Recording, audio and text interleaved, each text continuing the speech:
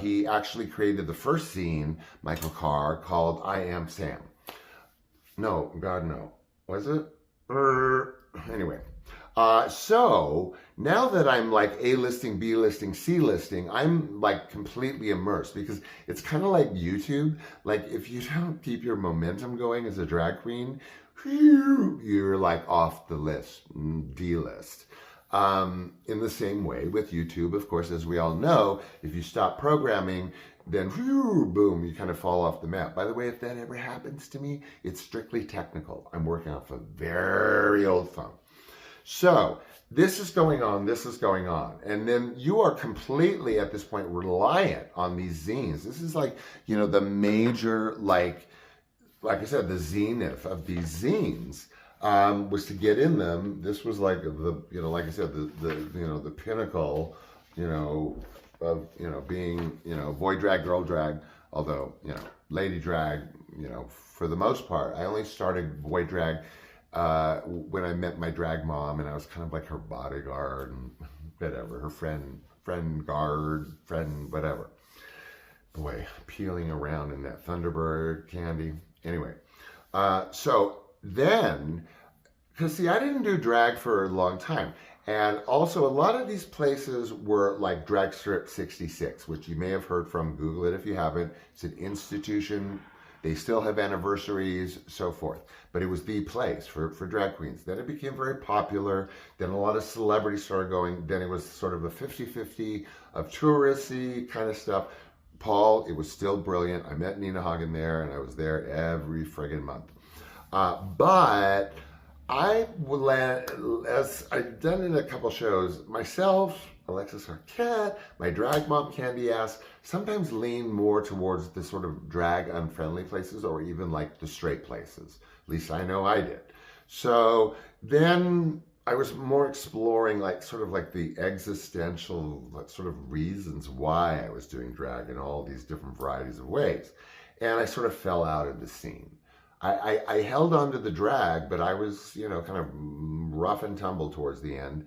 And then a magazine, as I mentioned, Odyssey came along. And Odyssey magazine, although it was still kind of like flimsy like this, or it started out that way, I think it got like this and then like glossy pages or whatever, a little bit taller. And it really hit home. It's like exactly what's happening, what, you know, party, what event, a lot of events, a lot of concerts, a lot of white party stuff, you know, if you don't know, Google it. And then it kind of, I don't want to say it pushed the other zines, but a little teeny millimeter pushing. And then once Odyssey started becoming sort of kind of like the main magazine, and these sort of like, over time, I was kind of like, you know, my drag mom was like co-editor of this magazine, but I just started like to see it too West Hollywood-y, too commercial. And then what did we end up with? RuPaul's Drag Race. Do y'all have drag moms on RuPaul's Drag Race? I don't think so. Anyway, it's not a prerequisite. It's just if you're worth your salt. Just kidding. So anyway, like I said, it petered out with the rise of Odyssey magazine, with the commercialism, with the advertisements, with the leaning towards the West Hollywood sort of more male gay scene. But, you know, the ladies had their place in there, definitely. Lots of lady club promoters. They had their own evenings at places. So, again, it was not mutually exclusive. And we mixed a lot too, whatever.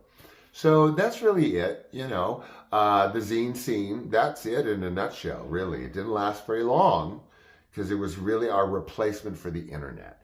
LA Weekly was not serving us well.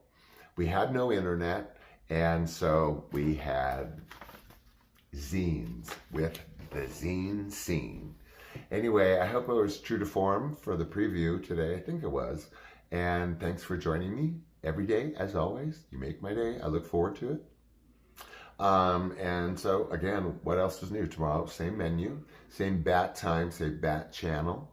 And although it's No Holds Barred TV. And so, take good care of yourself. Take good care of those you care about. And I will see you, and I love you. Bye.